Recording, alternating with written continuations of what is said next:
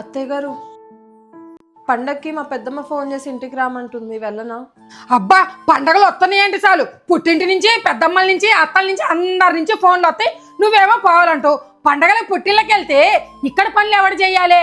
ఇల్లు క్లీన్ చేయాలి, పండగ పూట ఇంట్లో దీపం పెట్టాలి. అసలు మాకు వంట చేసుకుంటే కూడా అవ్వదు, ఒంట్లో బాగోలేదు అసలుకే. ఏం అవసరం లేదు, నోరు మూసుకొని లోపల పో. పెద్దమ్మింటికి పోయిద్దంట, పెద్దమ్మింటికి. మా చెల్లెలి కూతురు ఫోన్ చేస్తుందండి. హలో, బాగున్నాను రా. పండగ వస్తుంది కదా, అల్లుడు గారిని తీసుకొని నువ్వు వచ్చేసాయి. 4 రోజుల ముందే రావాలి చూడమ్మా. అయ్యో పెద్దమ్మ, ఇంట్లో పెద్దవాళ్ళు ఉన్నారు కదా, అసలే వాళ్ళకి ఒంట్లో బాగాలేదు. ఇంట్లో దసరా పండుగ వస్తుంది, ఇంట్లో దీపం పెట్టాలి కదా. పిచ్చి మొహం నానా, ఏం మీ అత్త దుఃఖలా ఉంది? ఏం దీపం పెట్టుకోలేదా, ఇల్లు క్లీన్ చేసుకోలేదా? అయినా పండగ పూట కాకపోతే ఆడపిల్లలు ఇంకెప్పుడు వస్తారే ఇంటికి? నేను చూసుకుంటానే, నువ్వు రావే. కాదు పెద్దమ్మ. హలో, వదినా, బాగున్నాను. మీరేం మా ఇంటికి రానవసరం లేదు.